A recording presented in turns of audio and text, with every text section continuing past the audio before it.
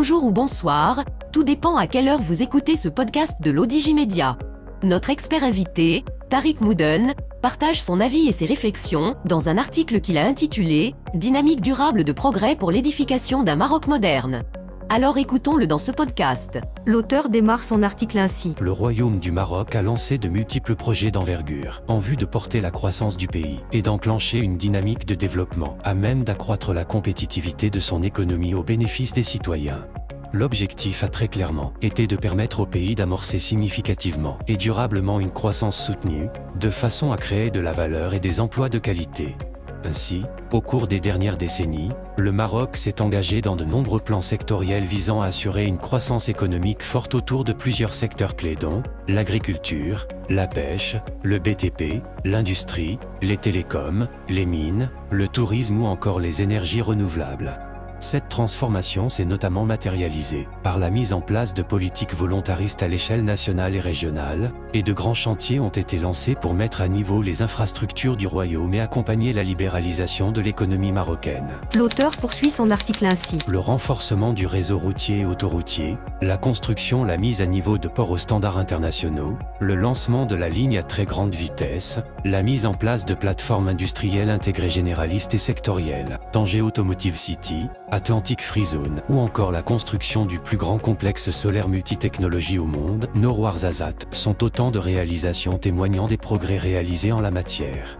Ces grands projets ont permis de faire de l'économie marocaine une économie attractive pour les investisseurs étrangers, et de plus en plus intégrée dans l'économie mondiale.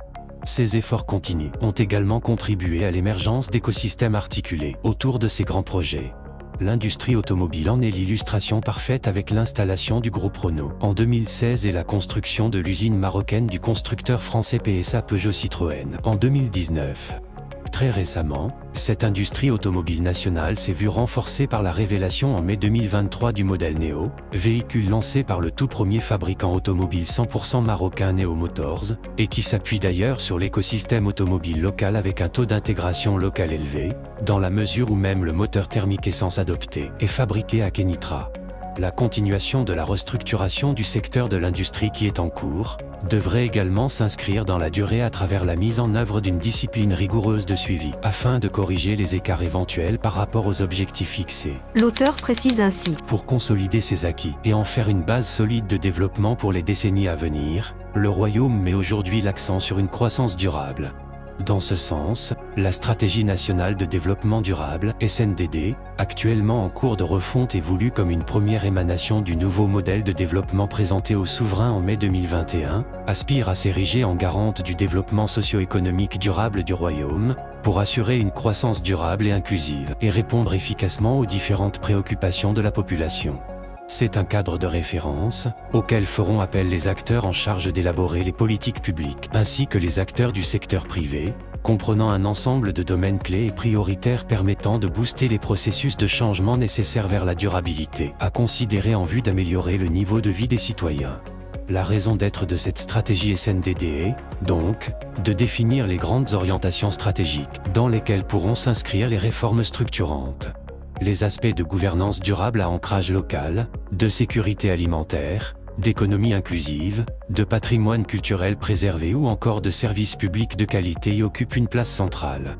Sa mise en œuvre effective se doit d'être inclusive sur plusieurs dimensions, notamment sur le plan économique, social et sociétal, mais également spatial, en permettant aux régions et territoires, qui produisent le plus de richesses, de les répartir de façon équilibrée avec les zones en difficulté, tout en profitant des atouts de chaque région. Les territoires doivent désormais être créateurs de valeur au service de l'intérêt général et du bien commun. L'auteur conclut son article ainsi. Une attention particulière devra évidemment être accordée au capital humain, ou aux citoyens pour être plus précis. Il existe un besoin aujourd'hui de favoriser davantage la participation et la coopération des acteurs locaux et territoriaux, tels que les associations, les organisations de la société civile, les entreprises et les universités, pour soutenir une mise en œuvre efficace de chantiers durables. Sans oublier que l'implication directe et la sensibilisation continue des citoyens autour des priorités nationales de développement durable seront des instruments puissants de réussite et de pérennisation des retombées d'une croissance durable. Pour que le développement soit durable, il devra reposer sur la solidarité sociétale et la justice sociale, qui sont des valeurs fondamentales pour garantir un avenir prospère aux générations futures. Mais cela implique que les citoyens ont, en plus des droits, des devoirs envers la société et un rôle majeur à remplir à travers l'engagement et la lutte contre le fatalisme. Rédigé par Tariq Mouden et lu par l'intelligence artificielle de l'Odigimedia.